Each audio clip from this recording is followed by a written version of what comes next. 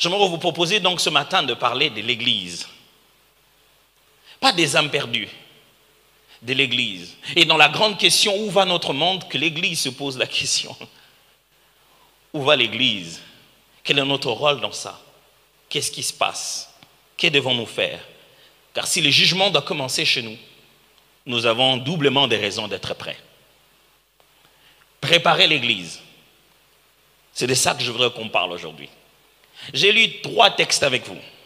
Le premier texte parle de Jésus qui se prépare à donner l'enseignement qu'on appelle les béatitudes. Heureux celui, heureux celui, heureux celui. Après qu'il ait fini d'enseigner cela, vous savez, il voulait enseigner, toute la foule s'est avancée et il a fait avancer vers lui les disciples, comme dit les textes dans Matthieu chapitre 5 justement. Et il s'est mis à enseigner ces béatitudes et lorsqu'il finit, il est en train de compléter les raisons de la joie d'un chrétien, les raisons de la joie d'un disciple. Il dit, heureux vous devez être lorsqu'on se met à vous maltraiter, à vous faire souffrir. Mais il leur dit certaines choses qui concernent leur identité, qui ils sont vraiment sur la terre. Alors il donne des images, il fait des allégories, il dit, vous êtes le sel de la terre. Et si le sel perd sa saveur, avec quoi allons-nous la lui redonner? Vous êtes la lumière du monde, une maison, une ville située sur une montagne ne peut échapper de regard. Tout le monde doit voir ça. On n'allume pas une lampe pour aller la cacher. On allume une lampe pour la positionner stratégiquement afin qu'elle influence le milieu. Ça, c'est Jésus qui parle. Il ne parle pas au monde, il parle aux disciples, à ses disciples qui sont venus l'écouter. Il a donné les béatitudes à tout le monde, mais il a donné aussi toutes ces instructions clairement aux disciples en leur disant, vous êtes la lumière du monde. Qu'est-ce que ça nous renseigne tout ça? J'aimerais résumer cela avec une petite affirmation. Quand l'Église n'a plus de substance, elle perd son influence. Je répète, quand l'Église n'a plus de substance, elle perd son influence. Avez-vous déjà vu ou confondu une fois des coulées de bougies et du sel? Moi, ça m'est arrivé beaucoup. Donc, on a grandi à un endroit où vous connaissez l'électricité. L'électricité au Congo, c'est comme une très belle femme qui n'aime pas trop se montrer. Alors, les quelques fois qu'elle passe par là, tout le monde est très heureux. Et quand elle n'est pas là, on se contente de la bougie. Donc, j'ai grandi avec peu de souvenirs d'électricité et beaucoup de souvenirs de bougies. Il arrivait qu'on fasse couler la bougie là et que de petites coulées de bougies restent là, collées à gauche, à droite. Des fois en cuisine ou ailleurs. Et quelquefois, il arrivait que ça se mélange. Et vous savez, quand on grandit en petit enfant, on veut tout goûter, on veut tout faire passer par la bouche. Des fois, on est tenté de prendre un peu de sel et de mettre sur sa bouche. Et quelquefois, il m'est arrivé de prendre le sel et de mettre un peu sur la bouche. Et c'était à côté des coulées de bougies. Et je pense aussi que ce que je vois là, c'est du sel. Et je prends et je mets dans la bouche. Et c'est fade. Et il n'y a rien. Tu cherches, mais ce n'est pas la même chose. C'est ce que Jésus est en train de dire. Il dit en réalité, si tu prenais le sel, le vrai sel, dur comme il est, mais qu'à l'intérieur, il n'avait plus son goût. Comment on va faire pour lui redonner ce goût? Il dit ça, c'est l'Église. Si l'Église continue à être belle, fantastique, bien organisée, faisant de grands événements, mais si elle cesse d'être l'Église elle-même, elle perd son influence. Ce que Jésus essaie de dire, c'est que quand l'Église perd sa nature, elle n'a plus d'utilité. Quand l'Église n'a plus sa nature d'Église, elle ne sert plus à rien. Avez-vous déjà eu un couteau qui ne coupe plus? Vous essayez de couper avec, mais ça ne coupe plus. Vous n'allez plus appeler ça couteau. Vous savez, je suis allé à certains endroits où on écrit à la porte « Chat méchant » avec un grand dessin. Et vous arrivez, vous dites, mais c'est écrit chat méchant, je ne peux pas entrer comme ça. Ah, les proprios vous disent, non, viens. Et on dit cette expression en lingala, c'est-à-dire un chien qui ne fait rien en fait. Et quand vous entrez, vous trouvez un chien assis dans un coin, juste en train de vous regarder, et en train de rogner seulement. Il ne dit rien. Et vous entrez, et vous sortez, quand en sortant, il dit, Rien du tout. Et puis au fond, le proprio vous dit, voilà, je vous avais dit, il ne va rien faire. C'est un chien qui gronde, mais où est parti les chiens méchants? Frères et sœurs, le rôle de l'Église n'est pas d'être belle, fantastique, connue, exposée. Le rôle de l'Église, ce n'est pas de faire des stars et de multiplier des personnes connues. Le rôle de l'Église, le véritable rôle de l'Église en ce temps de la fin, ça devrait nous pousser à y réfléchir. Parce que si nous ne sommes pas Église, nous ne servons à rien. Nous ne servons à rien entre les mains du Seigneur.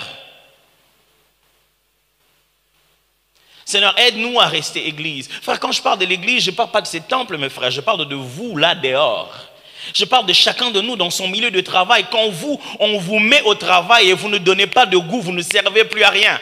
Ok, je vais vous choquer. Si vous, chrétiens, vous travaillez là où vous travaillez, au milieu de païens, et que vous n'influencez plus par Christ, et vous êtes confondus par les objectifs de votre affaire, vous ne servez plus à rien dans ce boulot, vous allez quitter. Oh, je vous dis que j'allais vous choquer. Mais quand vous commencez à aller au lieu de travail avec conscience que je suis un agent du royaume en train de préparer et d'annoncer à ce monde et leur dire attention, est-ce que vous savez où va notre monde? Dieu vous donnera davantage d'influence dans ce lieu de travail. Arrêtez de demander des prières pour avoir la promotion. Commencez à donner la saveur de Christ dans le milieu où vous êtes et Dieu vous montrera plus haut parce que vous puissiez être capable ainsi d'influencer davantage des gens qui sont autour. Non, ne les invitez pas à l'église. Ramenez-leur l'église là-bas. Frère, ne nous invitez pas les gens en disant le pasteur les convaincra. On ne convainc pas les gens. C'est l'esprit qui convainc les gens. Et si l'esprit est avec vous, commencez là-bas. Amenez-les ici convaincus de Christ. Après, on se plaint. Les gens de l'église ne sont pas convertis. Mais c'est vous qui les avez amenés comme ça. Vous les avez amenés inconvertis, invités à l'église. Non, si tu veux vraiment de moi, viens seulement à l'église. Et il est là. Et il dit, quelle est la prochaine étape? Il faut quand même que tu fasses des affermissements. Et il est là. Puis quelle est la prochaine étape? Et les jours, il va t'avoir. C'est parti. Pasteur, je souffre dans mon mariage. Tu as toi-même pris ta souffrance. Tu l'as amené à l'église. Et tu l'as donné des arguments bibliques. Et tu l'as ramené à la maison. Elle n'a pas changé de nature. Frère, la nature de la foi chrétienne, quand vous n'êtes plus église, quand vous n'êtes plus enfant de Dieu, il n'y a pas de substitut. C'est ce que Jésus est en train de dire. Quand il n'y a plus de sel dans le sel, on ne peut rien mettre. Qu'est-ce que vous allez faire? Vous allez saler le sel? Parce que ce qui fait du sel être sel est à l'intérieur du sel et non pas à l'extérieur. Et lorsque cette substance n'est plus, l'influence n'est plus. Vous allez en mettre beaucoup dans la nourriture, mais vous sentez il n'y a rien du tout. Frère, ce n'est pas le nombre de chrétiens qui impacte le monde, mais leur qualité de chrétiens. On n'en a eu que 12, mais ils ont complètement changé le monde. Les 12 apôtres là, Jésus a pris 70, ils étaient autour de lui, disciples. Au moment de multiplier son influence, Jésus a réduit le nombre au profit de la qualité. Il dit 70, c'est fantastique. Franchement, si j'étais Jésus, j'aurais dit j'ai 70 gars, je vais les former. Jésus dit non, maintenant on veut passer à quelque chose d'autre, il faut multiplier l'influence. Je veux juste 12. Ah, Jésus, tu réduis le nombre. Oh oui, oh oui, oh oui. Il faut tout le temps réduire le nombre pour que la gloire revienne à Dieu. 12. Dans le 12, il y en a un qui s'en va aussi, qu'on doit devoir remplacer rapidement. Mais ces 12-là ont tellement influencé le monde. Frère, quand l'église cesse d'être l'église, même le monde ne va pas ressentir le goût de notre message. Ils ne vont pas savoir. Vous savez pourquoi nous sommes sur la terre? Pour que le monde sente que c'est salé. Et vous savez le rôle du sel? Le sel dans la Bible, le sel dans l'histoire de la Bible, depuis l'Ancien Testament jusqu'au Nouveau, le premier rôle, c'est de protéger contre la pourriture. C'est pour que les choses ne pourrissent pas. On mettait le sel depuis l'Ancien Testament dans les offrandes pour que le lieu de l'offrande, donc les autels, ne commencent plus à sentir. Si vous mettez du sang qui coagule là-bas pendant longtemps et que vous n'aviez pas préparé cela avec du sel, ça va sentir très très mauvais. Aujourd'hui, quand vous passez à côté de ces ngandantaba, comme on dit chez nous, ces endroits où pardonnez-moi, ces endroits où on vend allez, je vais dire de la viande braisée, ainsi de suite. Vous allez sentir, ça sent bon, ça sent justement comme la fameuse viande braisée. Mais si vous allez juste là où on les tue, sans rien du tout, où on les égorge, là où ça coule les sangs, ça sent très très mauvais. Parce qu'en réalité, le sel change même cette odeur-là. Et le sel, quand vous y mettez, vous savez, on a le poisson salé. Les poissons salés, ils durent plus que l'autre poisson si vous ne l'aviez pas salé. Ça dure et ça prend du temps et du temps. On les met dans des sacs et ça protège ça ne peut pas pourrir. Ce qui fait que ce monde ici, ce qui fait que l'esprit de l'Antichrist, ce qui fait que le travail du diable ne puisse pas amener le monde ici à pourrir instantanément, c'est parce que nous sommes salés. Et à partir du moment où nous cessons d'être salés, frères, nous accélérons l'œuvre de l'ennemi. Ok, je vais peut-être vous changer la façon de voir ça. Si nous cessons d'être chrétiens, l'Antichrist devient plus rapide. Si nous cessons d'être qualitativement des enfants de Dieu, l'œuvre de l'ennemi se multiplie. La pourriture se fait davantage ressentir lorsque nous perdons notre saveur. La question c'est, comment savoir quand l'église est prête? Parce que je parle de préparer l'église. Parce que préparer l'église et le fait que l'église soit prête, c'est la condition pour laquelle Jésus va revenir. Jésus attend cela jusqu'à ce que l'église soit prête pour qu'il vienne chercher. Jésus n'attend pas les chiffres de la bête, il attend l'église, qu'elle soit prête. Quel est le repère? Quel est l'objectif? Quel est le standard? Qu'est-ce que l'on cherche? Comment savoir que l'église est prête? Comment savoir que c'est comme ça qu'elle est censée être? Parce qu'au fond, si on veut que quelqu'un ou quelque chose soit prête, il faut qu'on sache déjà quelle est la finalité. On se dise non, c'est prêt à 20%, c'est à 30%. Quand ça deviendra comme ça, alors c'est prêt. Je vous ai lu le second texte d'Éphésiens. Le texte d'Éphésiens nous donne un élément exceptionnel. Paul dit ceci. Christ ressuscité, a ramené les captifs, il est monté, il a fait des dons aux hommes. Il a fait des dons à l'église et ces dons sont des individus. Certains sont apôtres, d'autres sont pasteurs, d'autres docteurs, d'autres évangélistes, d'autres prophètes. Pourquoi il a fait ça? Pour le perfectionnement des saints. C'est-à-dire pour rendre le saint adulte, les faire grandir, pour qu'ils deviennent des meilleurs, des mieux en mieux. Pourquoi? Pour que lorsque les saints, les enfants de Dieu deviennent de plus en plus matures, ils soient capables de faire l'œuvre du ministère. Ce ne sont pas les apôtres qui font l'œuvre du ministère, les apôtres perfectionnent les saints pour que les saints fassent l'œuvre du ministère. Et il dit, à quel moment on saura que c'est bien fait? Il dit, jusqu'à ce qu'ils vous aient atteint l'état d'homme fait. L'expression veut simplement dire l'état d'adulte. L'état d'homme fait, quel standard? La stature parfaite de Christ. L'Église est prête quand elle ressemble à Jésus. Les chrétiens sont prêts quand ils deviennent de plus en plus comme Christ. La stature parfaite de Christ est le standard auquel on prépare l'Église. Qu'est-ce que je veux dire? Pasteur, quand est-ce que Jésus reviendra? Jésus reviendra quand tu deviens comme Jésus. Au fur et à mesure que tu deviens comme Jésus, quand il commence à se voir, il dit, je ne dois pas rester sur la terre, je veux me chercher. Bizarre, hein? Toutes les raisons pour lesquelles nous venons, mes frères et sœurs, 30 matins durant, on vise quoi? On vise que vous deveniez de plus en plus comme Jésus. Et vous visez quoi? Vous visez d'avoir de plus en plus d'argent? Vous visez de devenir de plus en plus comme à la publicité? Vous visez de vous habiller exactement comme il le montre à la télé? Non, ce n'est pas pour ça que l'Église existe. L'Église est là pour que tout le jour on devienne de plus en plus comme Christ. Qu'est-ce que je veux dire? Je veux simplement dire que l'Église doit être comme Jésus. Être comme Jésus et faire comme Jésus. L'Église doit être de caractère de Christ et être capable d'agir avec les actions de Christ. Je rends ça plus simple. L'Église doit être capable de développer les fruits de l'Esprit et de manifester les dons de l'Esprit. L'Église, quand elle devient comme Christ, elle est remplie du caractère de Christ. Et le fruit de l'Esprit, c'est l'amour, la patience. On devient comme Jésus. On est capable de dire pardon pendant qu'on est encore sur la croix. On ne se dit pas, laissons ça finir et ils verront de quel bois je me chauffe. Pendant qu'on est encore au bois, on libère déjà le pardon. Quand l'Église commence à se développer avec le caractère de Christ, pourquoi on reçoit le Saint-Esprit à l'Église et on ne pense qu'à une seule chose? L'Esprit de Dieu, nous l'avons reçu pour produire les fruits de l'Esprit d'abord. Les dons de l'Esprit après, mais les fruits d'abord. Tenez compte de cet ordre de choses. L'Église est comme Christ lorsqu'elle produit les fruits de l'Esprit et exerce les dons de l'Esprit. Quand on est comme Jésus et on fait les choses que Jésus a faites. Vous venez tous les jours, mes frères, si nous étions une usine, qu'est-ce que nous fabriquons? Ça, c'est la question que j'ai posée tout le temps à mes collaborateurs.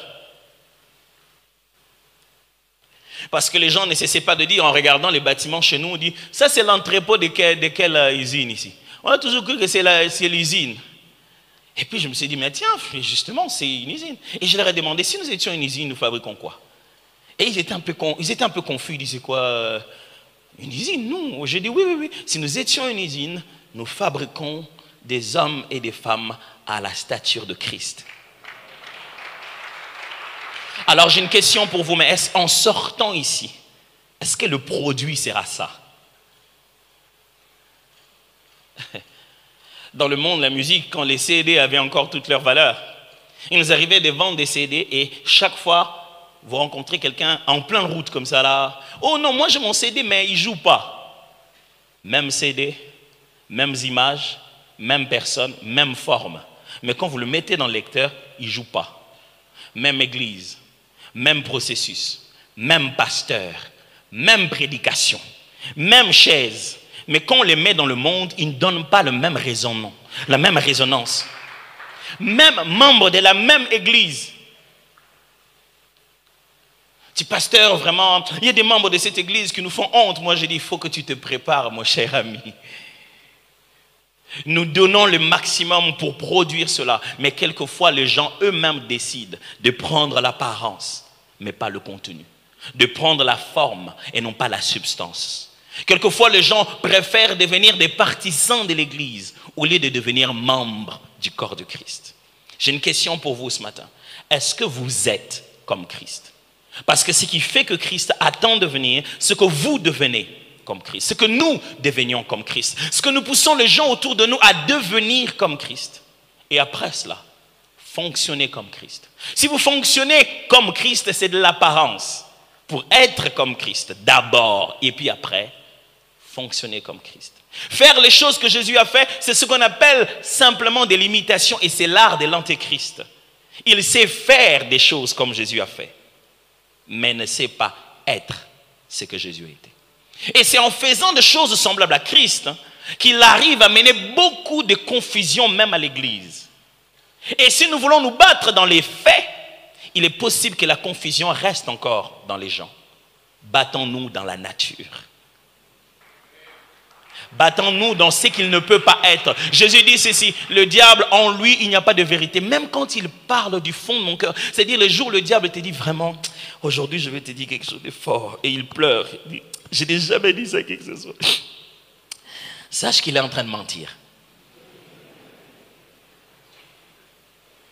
Et c'est drôle de voir des gens comme ça. Pasteur, vous savez, il y a des gens qui sont plus sincères aux médecins qu'aux pasteurs. Quand il voit son docteur, il dit, bon docteur, je n'ai pas encore dit ça à tout le monde, mais je crois que j'ai avorté. Il a peur que le docteur lui donne quelque chose qui va compliquer sa situation. Mais quand il vient, il en parle au pasteur, il dit, pasteur, priez beaucoup pour moi, j'ai beaucoup de douleurs de bas-ventre. Il dit, oh Seigneur, je prie pour ta servante. Au fond d'elle, elle est en train de prendre les prières de là-bas. Il dit, Seigneur, toi-même tu sais que c'est pas ça, mais si tu peux prendre ces prières et que ça fonctionne quand même dans tous les cas. Mais avec qui vous jouez? Avec qui vous jouez? Vous jouez avec vous-même. Si vous voulez être comme Christ, alors soyez réellement comme Christ. Préparer l'église, qu'est-ce que ça signifie? Comment peut-on préparer l'église? Je voudrais à ce point être pragmatique. On fait quoi? Préparer l'église signifie quoi? Techniquement, réellement. On fait quoi pour préparer l'église? C'est quoi? Comment prépare-t-on l'église? Qu'est-ce que les apôtres au premier jour ont fait? Qu'est-ce que les premiers disciples ont fait? Quelles sont les actions à poser? Quel est le processus dans lequel on peut engager les gens en entrant dès qu'ils arrivent à l'église? On les met dans quoi pour que la finalité soit être prêt? Parce que l'église est le système, le processus de préparation pour que le chrétien devienne comme Christ. Et donc, si on le fait entrer au point zéro pour qu'il arrive au point final, être comme Christ, être prêt, quel est ce processus-là? Quel est le processus par lequel nous devons faire passer les frères et sœurs qui viennent à l'église pour qu'ils deviennent plus conscients de l'éternité?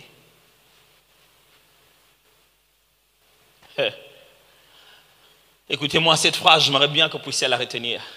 Parce que, en fait, lorsque l'éternité cesse d'être notre objectif, les églises deviennent des boutiques. Lorsque l'éternité cesse d'être l'objectif, les églises deviennent des boutiques. Lorsque l'éternité, est-ce que assis là où vous êtes, vous savez que vous êtes là pour l'éternité? Que l'objectif principal pour lequel nous sommes ici ne se fera pas ici, c'est pour éternellement. Est-ce que vous savez que vous êtes en train d'investir dans votre éternité?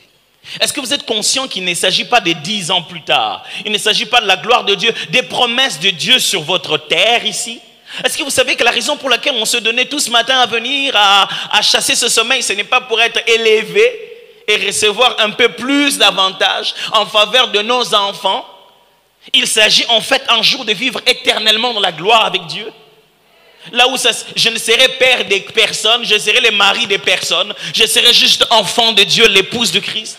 Est-ce que vous savez que tout ce que nous sommes en train de faire ici, qu'on ait mis une lumière là-bas, qu'on ait arrangé une chaire, qu'on ait mis un tapis ici, c'est juste créer les conditions de notre préparation à l'éternité? Est-ce que vous savez que ça ne se limite pas ici? Est-ce que vous savez que nous venons ici pour ne pas finir ici? Quand ça commence à quitter l'église, l'église commence à tourner dans le présent. L'église commence à tourner en rond parce que notre objectif final, c'est l'éternité. Et quand on ne tourne plus le regard vers l'éternité, on devient des consommateurs du présent, une sorte de boutique où chacun vend ce qu'il est en train de vendre pour que les autres se mettent à manger. Frère, si vous venez dans cette église en vous disant un jour moi aussi je prêcherai comme le pasteur Marcello, moi un jour le Seigneur m'a promis, un jour je monterai sur cette chair là, je serai élevé. Si ce n'est que ça votre objectif, vous êtes perdu. Vous êtes complètement perdu. Frère, toutes ces petites promesses, pourquoi je les appelle petites? C'est juste en comparaison avec l'éternité. Toutes ces choses que Dieu te dit, je ferai ceci de toi, je ferai cela de toi. Ce sont juste de motivation pour que tu restes sur la voie. Si tu commences à les viser, elles, mon frère, tu risques d'arriver à ton ciel ici sur terre et ça ne sera pas le ciel. Non, le Seigneur m'a promis un jour que mon ministère ira loin. Il doit aller loin. Pourquoi? Pourquoi? Entre nous. Je commence à sentir, pasteur, que je suis très élevé. Le Seigneur m'avait promis que mon ministère sera international. Maintenant, j'ai beaucoup de likes sur Facebook. Et il veut qu'on en fasse quoi, les likes? Tu t'es déjà posé la question, pourquoi tu as des likes? Ou si tu ne poses pas cette question, tu vas viser les likes. Tu feras ce que les likes aiment. Tu deviendras un fournisseur de likes. Tu le fournis pour qu'il te donne des likes. Mais si tu te rends compte que la course à l'éternité, tu sauras que les likes sont dangereux. Tu sauras que plus tu t'en vas vers l'objectif, moins il y a des gens qui t'accompagnent. Tu apprendras que plus tu te prépares à ce que Dieu veut, plus les trahisons vont se multiplier. Vous savez, la vie chrétienne, le monde, la vie que nous vivons tous les jours, c'est comme un taxi. Chez nous ici, au Congo, lorsqu'on prend un taxi-bus, si on veut l'appeler comme ça, on est à l'arrêt de bus et le curseur se met à parler. Venez pour telle direction. Vous dites Zando. Et tout le monde vient pour aller à Zando. Je ne sais pas, à partir de Victoire. Mais d'habitude, ils disent toujours quelque chose. Zando. Vous entrez. Mais tous ceux qui sont entrés pour Zando ne vont pas à Zando. Et dès qu'il démarre, il commence à rouler et puis il prend Beau Marché. Ceux qui se disaient non, il va passer par 24. Il dit, mais là tu vas où? Il dit, non, Beau Marché, c'est une autre voie. Il dit, ah mais tu n'allais pas à Zando? Il dit, oui, je vais aller à Zando, mais par beau marché. Il dit, non, non, non, non, moi je descends ici, je vais descendre. Mais tu ne m'avais pas dit que tu allais par beau marché. J'avais dit que j'allais à Zando. Non, mais moi j'étais entré parce que tu passerais par 24. Ouh. Combien de gens ne sont-ils pas entrés à l'église parce qu'on passera par leur bénédiction, on passera par leur santé, on touchera leurs enfants, on s'occupera de leurs diplômes. Et depuis qu'ils sont là, ils fournissent tellement d'efforts. Oh Seigneur, oh mon Dieu, Père. Et quand ils ne voient pas ça, ils disent, ce pasteur-là n'est pas puissant. Ça fait 10 ans que je suis dans son église. J'ai cherché un enfant, j'en ai pas toujours eu. Oh, tu n'avais pas entendu dire que le Fils nous a déjà été donné? Est-ce que c'était pour ça que tu étais venu, vraiment? Frère, nous ne passerons pas par là où toi tu veux. Nous allons au ciel. Prépare-toi par n'importe quel chemin que Dieu nous verra passer. Mais nous allons au ciel. Et vous devez savoir que plus nous allons vers le ciel, plus le chemin va devenir rocailleux, difficile. Plus nous allons vers le ciel, plus on va fermer les églises. On va empêcher aux gens d'être en grand nombre ensemble. Plus nous allons vers le ciel, plus tu dois être capable de vivre ta foi seul. La question est celle-ci. Êtes-vous prêt pour ça? Ça a été ma réflexion pendant ces 4 mois et demi. On va plus ouvrir les églises pendant 4 mois. Certainement, on va regarder des lives, ainsi de suite. La bonne question d'un pasteur, c'est de se dire, sont-ils prêts à faire 4 mois? Aujourd'hui, les gens considèrent les réunions de l'église comme... c'est un peu comme de l'opium. Ils sont des addicts. Quand ils ne sont pas à l'occulte, ils ont manqué leur drogue. Il faut que j'aille à l'église. Pour faire quoi? On ne va pas à l'église, vraiment, il faut qu'on aille à l'église. Est-ce que tu sais pourquoi on vient à l'église? Est-ce que tu continues toujours à y venir pour la même raison? Non, il faut que je voie quand même les frères. Oui, mais pour faire quoi? Et pour te mettre maintenant à parler. Vraiment, elle aussi, elle n'est pas bien habillée, hein? Donc tu as juste besoin de nous pour alimenter tes causeries. Et si ce n'était plus possible? Et si on parlait des 2e vagues, 3e vagues? Et si on disait que c'est à nos portes et qu'on ne peut plus se rencontrer? Combien de temps tu vas tenir à être chrétien? Ça me pousse à me dire, est-ce que tu es prêt pour l'éternité? Si 4 mois te font perdre ta saveur, et plus, ça ferait quoi? Un jour, j'ai dit à ma femme, pendant que je voulais sortir, je lui ai dit, écoute chérie, je suis revenu la voir et je lui ai dit, oui chérie, j'aimerais... Oui, j'ai dit chérie, vous croyez que les pasteurs, ils n'appellent pas la femme chérie? Oh.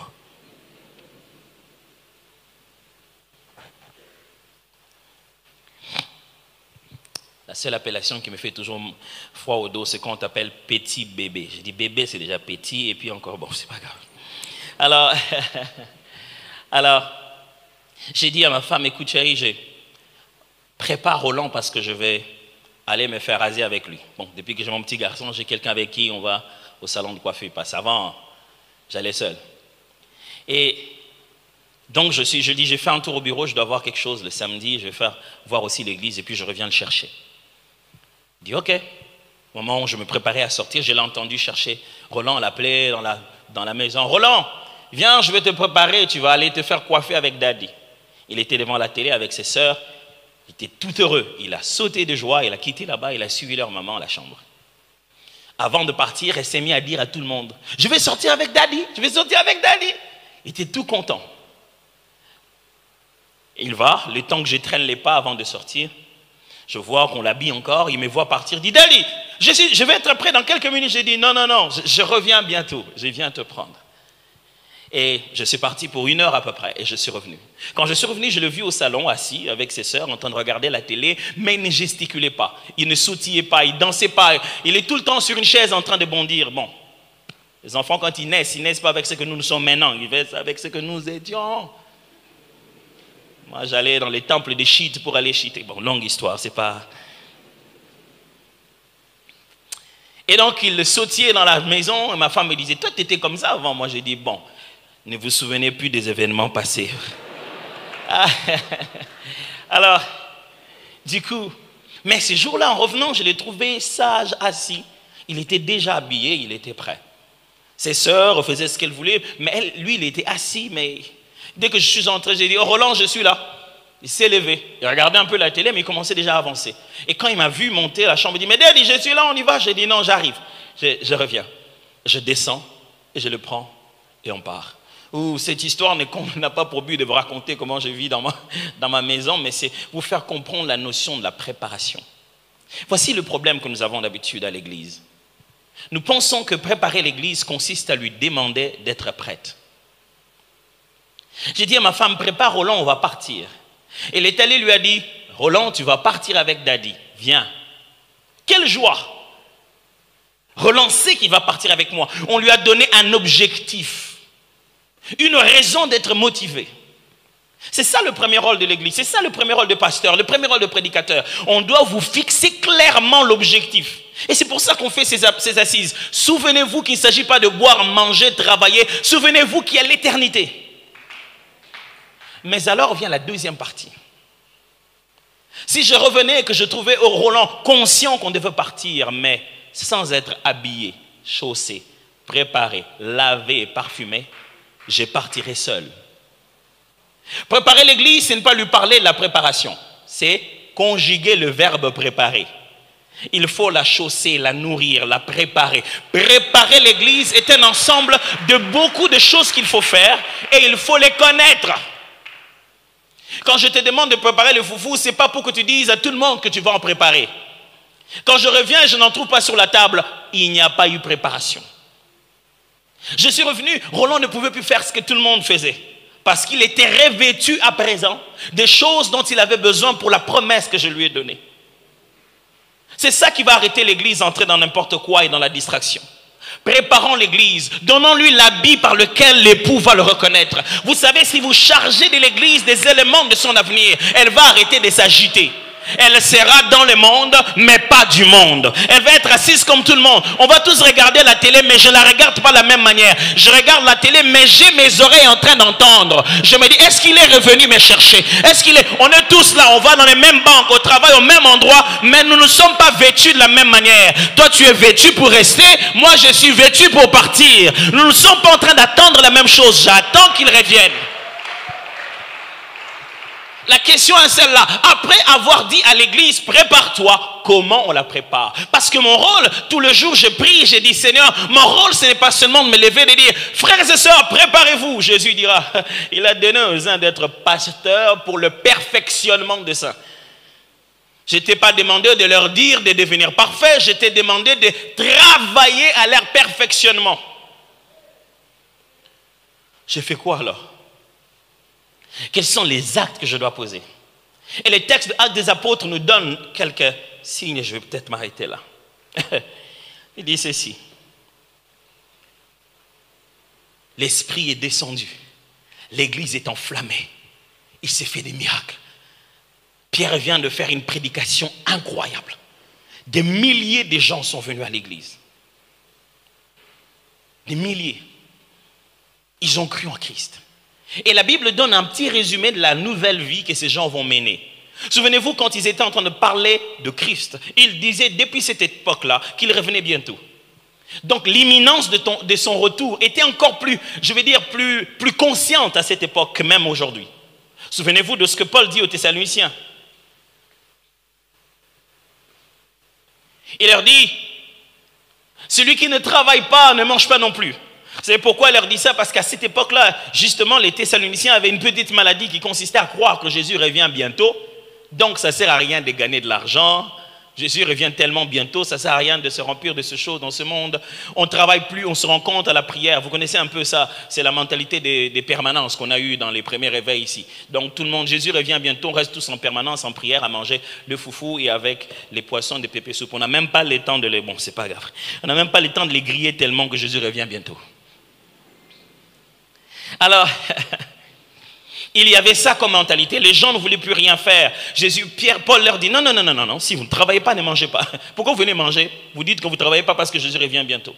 Ils avaient une telle conscience de ça. Dès les débuts, dès les débuts des apôtres, qu'est-ce qu'ils faisaient pour préparer l'église au retour du Christ? Le texte nous a dit, Actes chapitre 2, je lis avec vous. La Bible nous donne quelques éléments, j'aimerais les lire ici. et vous dire ça de cette manière. L'Église se prépare par l'enseignement des apôtres, la communion fraternelle et les prières. Il y a deux autres éléments que je vais vous montrer comment ça s'ajoute à ça. La Bible dit « il a persévéré ». L'un des premiers rôles de l'Église, c'est persévérer. Sont connus d'avance. Jésus attend de nous ce qu'on les fasse continuellement sans se lasser. Persévérer, trois choses dans l'enseignement des apôtres. Voilà comment je conçois les deux choses. Une prédication, c'est un peu comme un booster. C'est un peu comme prendre une boisson sucrée en plein milieu de la journée quand on est fatigué. On a un peu de l'hypoglycémie, on sent qu'on est un peu faible, et puis on dit « amène-moi un coca, un Fanta ou quoi que ce soit, je vais boire ». Tu prends quelque chose juste pour reprendre des énergies et tu continues la journée. Tu ne peux pas vivre de ça. Tu vas tomber malade. Tu vas être diabétique. Tu ne peux pas chaque jour ne prendre que des choses pour te rebooster. Il faut qu'il y ait un repas de consistance, quelque chose qui bâtit ton être. Il faut qu'il y ait une matière de foi que tu n'aimes pas. Vous savez, aujourd'hui, nous tous, on ne prend pas les laits comme on aimait bien les prendre quand on était bébé. Hein. Quand on était plus petit, les laits étaient tellement importants. On aimait tellement les laits. On aimait tellement les laits que, bon, je ne sais pas pour vous, mais moi, il m'est arrivé dans mon ancien homme de voler les laits de mon petit frère. Il ne faut pas lui dire. Vous savez, ces laits-là, quand on vole, et puis on vient te demander, tu as fait quoi? Et tu veux nier. En niant, ça fait...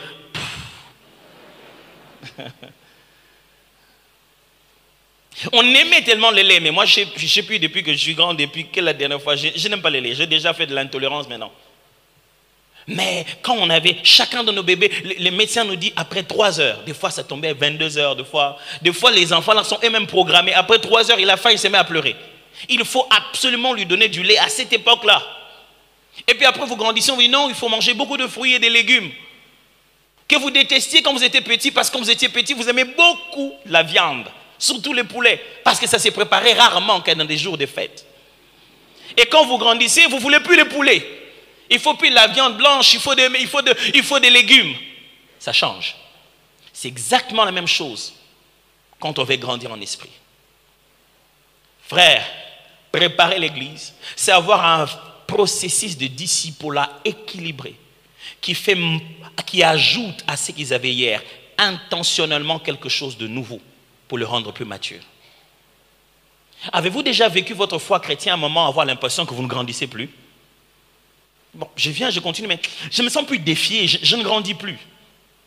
L'Église doit développer un système de croissance où il ajoute progressivement chaque année, progressivement après chaque 5 ans. L'Église doit devenir intentionnelle, n'est pas seulement donner de la prédication, mais donner de l'enseignement. La prédication, mes frères, ça peut amener beaucoup de confusion à l'Église.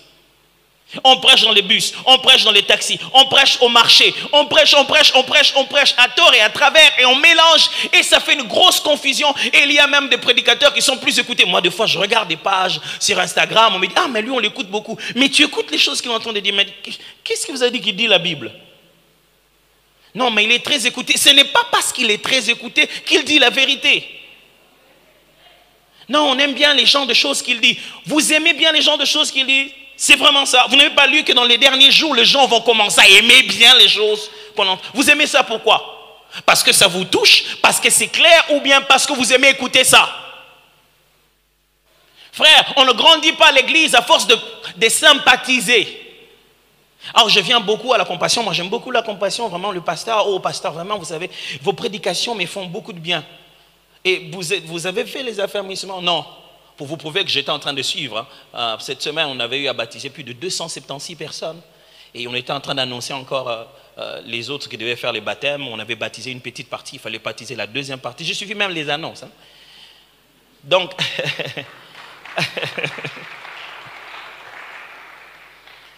frère, et après, on doit commencer à te suivre pour insister pour que tu fasses des affermissements. Après, pour faire les affermissements, c'est pour toi la condition pour commencer à servir. Non, je vais chanter à la chorale, qu'est-ce qu'on doit faire? Non, ce n'est pas ça le but de l'enseignement.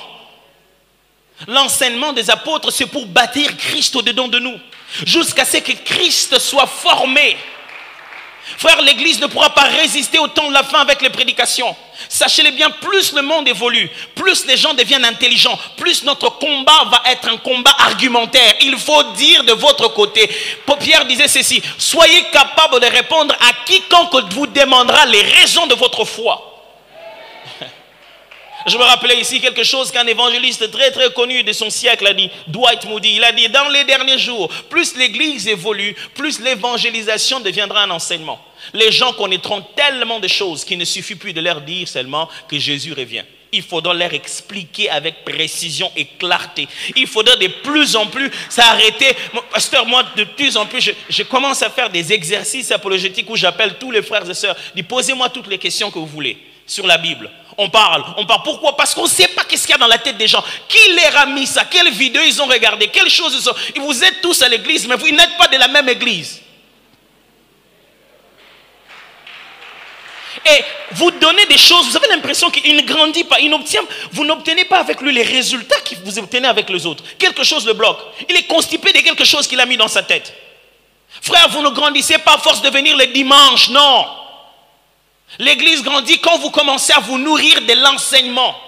Et une chose qui tue l'enseignement à l'église, ce sont les départements. Dès que les gens vont dans les départements, c'est fini. On les enseigne seulement les choses du département. Les chantres, on leur enseigne l'adoration. Après, on leur enseigne comment jouer la musique. Les intercessions, on leur enseigne comment servir. Frère, on ne sert pas Dieu parce qu'on aime beaucoup son service. Jésus confie l'église à celui qui l'aime. Il ne dit pas: aimes-tu mon travail? Et il dit: Pierre, m'aimes-tu? Je suis sur le point de te donner quelque chose, mais la condition, ce n'est pas si tu l'aimes beaucoup, c'est si tu m'aimes. Du coup, les gens se disent: je veux juste être un peu plus près pour entrer dans les départements et aller y mourir. Les départements deviennent des cimetières où les gens, dès qu'ils ont grandi, il a bien grandi dans sa foi, mais dès qu'il y entre, c'est là qu'on trouve plus de problèmes, plus de confusion. Parce que même des fois, les gens qui dirigent le département ne savent même plus pourquoi ils le dirigent. Ils les font fonctionner pour les dimanches. On se prépare pour les dimanches. Non, au département, on se prépare pour la même raison, l'éternité. On se prépare pour mûrir ses frères et sœurs. Non, toi tu n'es pas venu 2 répétitions durant. Tu ne vas pas chanter. Tu manques tout le temps les répétitions, tu ne vas pas chanter. Est-ce que tu lui as fait comprendre le sens de l'engagement et les textes qui disent: maudit soit l'homme qui fait l'œuvre de Dieu avec négligence? Il doit comprendre ça, parce qu'un jour il va quitter la répétition, il va quitter la chorale. Il va se dire: je n'ai plus le temps, mais je vais aller commencer à faire à l'intercession. Comme ça on a peu de séances, je prierai chez moi même à la maison. Et s'il continue à travailler avec négligence, il n'a pas compris la leçon.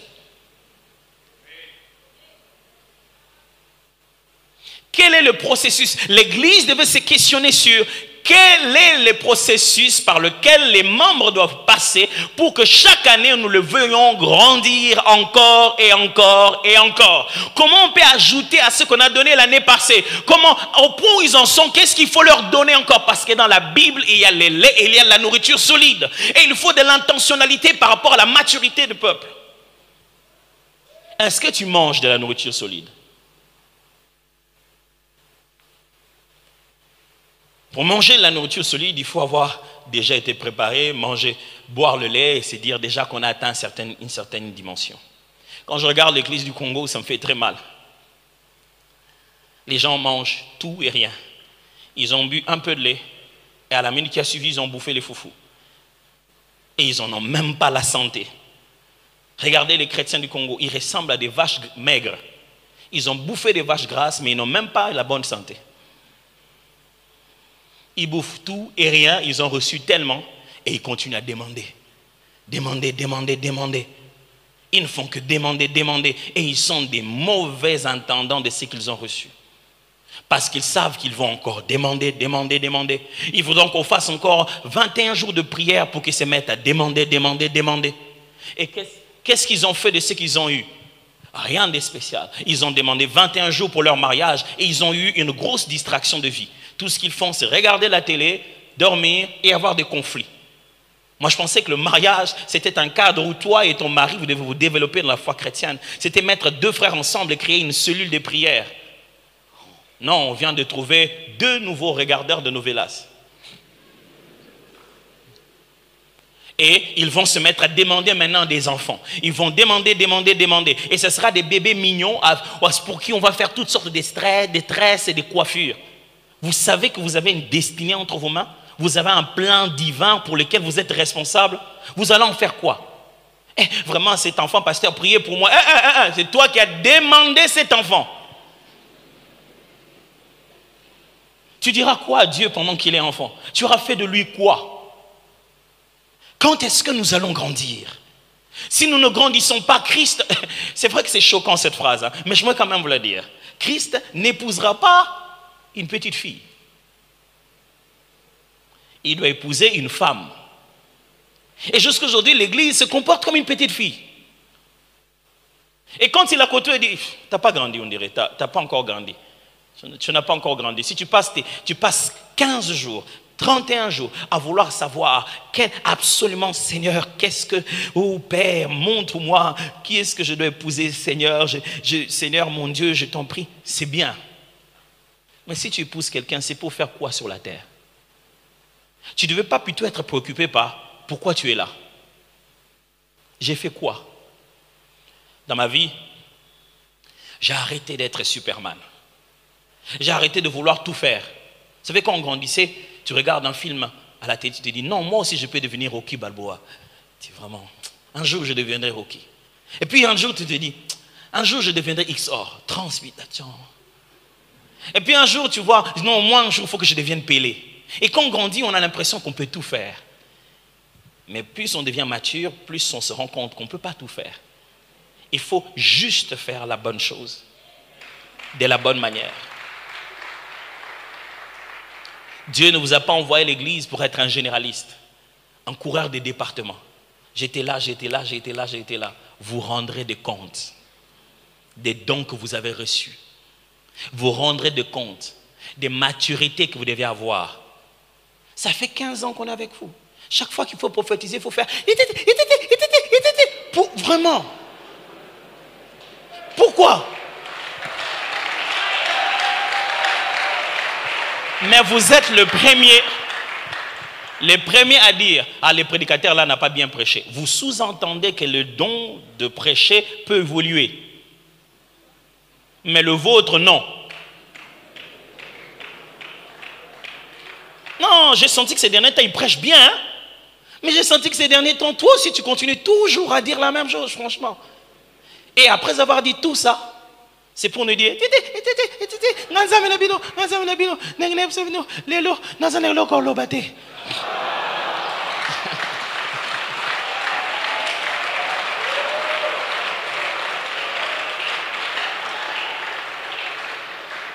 ce matin, j'ai un défi pour vous. Regardez-vous dans le miroir, dites-vous, est-ce que j'ai grandi? Et posez-vous la question, quels sont les repères? Pas parce que j'ai plus de choses, pas parce que j'ai une meilleure santé. Est-ce que je ressemble de plus en plus à Christ? Est-ce que j'ai encore sa patience? Est-ce que j'ai encore son autorité? Est-ce que je suis passionné par les mêmes choses? Est-ce que les péchés des autres me font pleurer? Frère, Jésus a pleuré. Il a pleuré pour l'incrédulité. Des fois, vous regardez certains commentaires sur les réseaux sociaux. C'est sans chrétienté, mais par de chrétiens au nom de Jésus. Très bon commentaire, bien écrit, tu te dis, wow, il veut faire quoi avec ça? Son but, c'est quoi? Est-ce que vous savez que l'Internet, ce n'est pas un tribunal? Est-ce que vous savez que ce n'est pas là-bas qu'il faut aller résoudre vos problèmes? Non, s'il me fait ça, je vais mettre ça sur les réseaux sociaux. C'est quoi les réseaux sociaux? Les tribunaux de la chair. Là où les êtres humains vont laisser leur passion s'éclater. D'ailleurs, il a balancé ça sur les nets. Balancer sur les nets, c'est quoi? Accuser chez Dieu? Vous croyez qu'il n'avait pas vu quand ça s'est passé? Non, non, vous voulez faire mal. Et ça, ce n'est pas chrétien. Joseph, son fiancé, qui était un homme de bien, résolu de rompre secrètement avec elle. Ça, c'est quelqu'un qui n'est même pas rempli du Saint-Esprit. Qui a eu un problème avec une dame et il dit, maman, la grossesse de l'esprit. Bon, ma théologie n'est pas encore grande, mais ma tokabwana, parce que maintenant, bien. secrètement, on se sépare, mais secrètement. Il a résolu dans son cœur de le faire sans peine. Et quand il a résolu de le faire sans peine, l'ange de Dieu est venu le voir. Il a eu une vision. Et quand il a eu cette vision, c'est parti. Tout le temps, il s'est mis à avoir des visions. Frère, quand tu résous ce problème par toi-même avec une vengeance, tu mets Dieu dehors. Est-ce que vous pouvez rompre secrètement sans que vous mettiez ça sur les statuts? Les hommes sur la terre, à tous ceux qui prennent les maris des autres, vous nous prenez pour des enfants, quoi. On n'a pas compris, quoi. Le but, c'est quoi? Tu veux te venger, tu veux faire mal. Ça, ce n'est pas Jésus. Christ, quand il a ça, quand on a dit ça, il remue ça à l'intérieur. Oh Père, pardonne-leur. Il ne dit pas, oh, vous les hommes, voyez ce qu'ils m'ont fait. Jésus, quand on lui fait mal, il se tourne vers le Père. Il dit, Père, pardonne-leur, ils ne savent pas ce qu'ils font. Et nous, on dit, Père, laisse-moi gérer ça. J'ai une question pour vous. Jésus va revenir. Est-ce que vous êtes prêts? Cette question de fond, on la pose par rapport au péché. Est-ce que vous avez arrêté la vie de péché? Ça ne suffit pas, mes frères. En ayant arrêté la vie de péché, il faut grandir. Avez-vous grandi? Êtes-vous devenu mature et équilibré?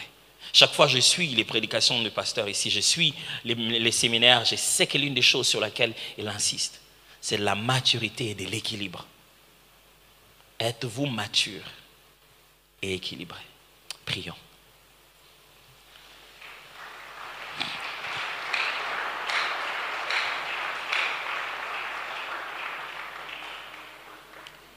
Je m'en ai demandé chacun de nous. Aujourd'hui, je n'ai touché que l'enseignement des apôtres. Demain, je vais parler d'autres choses, toujours dans l'idée de la préparation, de 2 qui me sont restés, de 3. Quelle est la dernière fois que tu as lu consécutivement la Bible? La dernière fois que tu as fait ta propre étude biblique? Pourtant, tu as une Bible dans ton téléphone. Quelle est la dernière fois que tu as fait une étude biblique? La dernière fois que tu as pris des notes sur ce que tu lis, sans vouloir le poster, sans le faire pour le publier? Quelle est la dernière fois que tu l'as lu en te regardant toi dedans? Quelle est la dernière fois que tu as ouvert les Écritures comme un miroir en te disant, Père, je veux me voir tel que je suis et être transformé?